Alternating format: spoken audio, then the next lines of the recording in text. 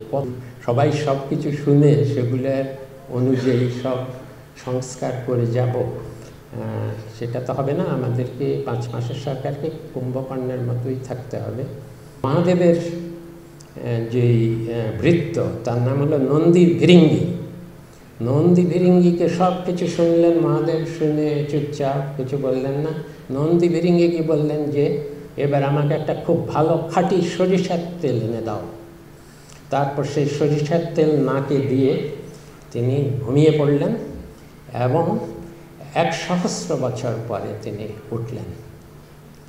এটাই হলো কুম্ভকর্ণের ঘুম। আমরা 5 মাসের সরকারকে কুম্ভকর্ণ বলার কোনো মানে হয় না। আমরা ছোট ছোট যা যা করতে পারছি করছি, কিন্তু বান্ডেল থাকলে প্রতি সেনমানিতে টাকা বাঁচবে। বিকাশ সেনমানি বান্ডেল কিনে জিতুন প্রতি লেনদেনে। সবাই সব কিছু শুনে সেগুলোর অনুযায়ী সব সংস্কার করে যাব, সেটা তো হবে না। আমাদেরকে 5 মাসের সরকারকে কুম্ভকর্ণের মতোই থাকতে হবে।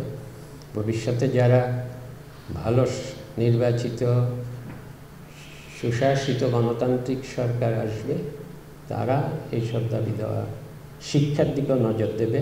অনেকে বলে আমরা শিক্ষা ব্যবস্থার আরও উন্নতি করা উচিত ছিল, সংস্কার করা উচিত ছিল, কিন্তু শিক্ষার তোমাদের মতো ভালো শিক্ষাঙ্গন তো বেশি নাই। এই জন্যই তো যাত্রাতেই বললাম তোমরা অত্যন্ত যে লাকি যে এই বিশ্ববিদ্যালয়ে পড়তে পেরেছ।